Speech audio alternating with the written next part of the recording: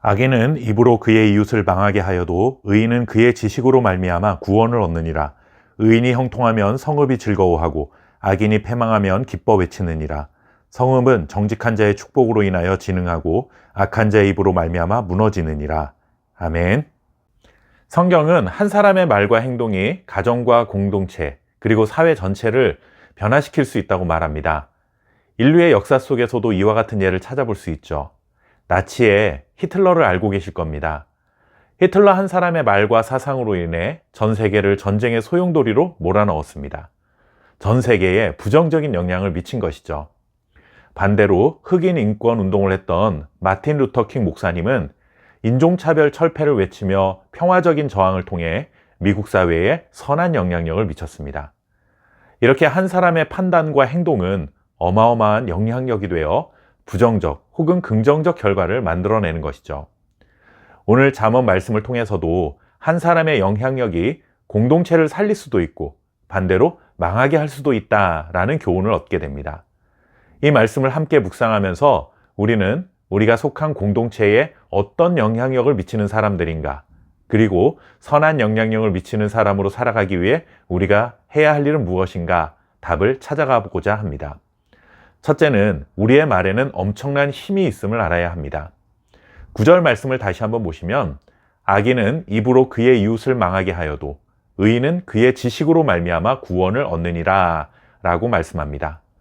말 한마디가 사람을 살릴 수도 있고 죽일 수도 있습니다.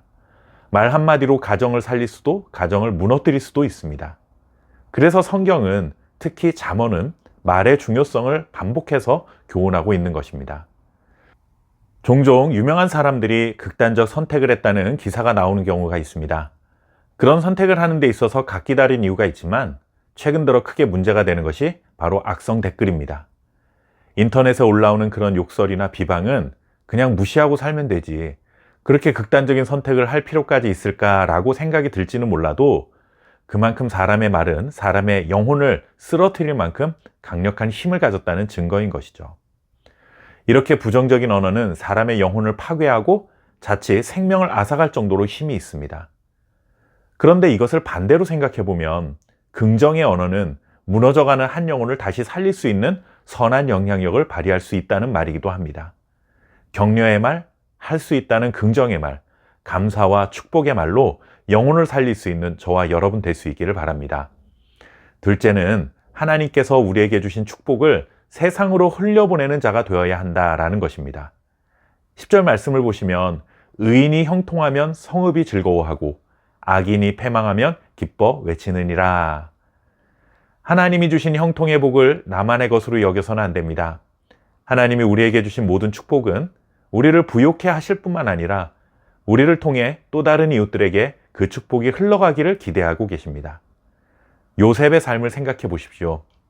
하나님께서 요셉에게 주신 형통은 요셉의 삶을 부욕해 하시는 축복이었지만 그것으로만 끝나지는 않았습니다.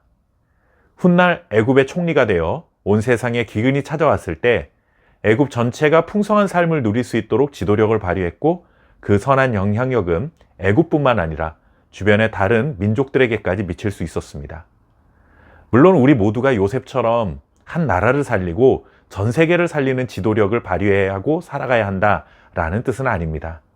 하나님께서 우리 각자에게 주신 분량이 다르고 각자 살아야 할 삶의 지경은 분명히 다릅니다.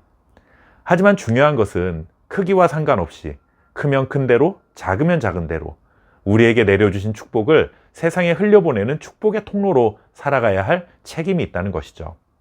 저와 여러분이 오늘 하루를 살면서 선하고 의로운 말로 다른 사람들에게 긍정적인 영향력을 주는 사람이 되기를 바라고 우리에게 주신 축복을 이웃들에게 흘려보내는 축복의 통로로 살아갈 수 있기를 바랍니다. 감사합니다.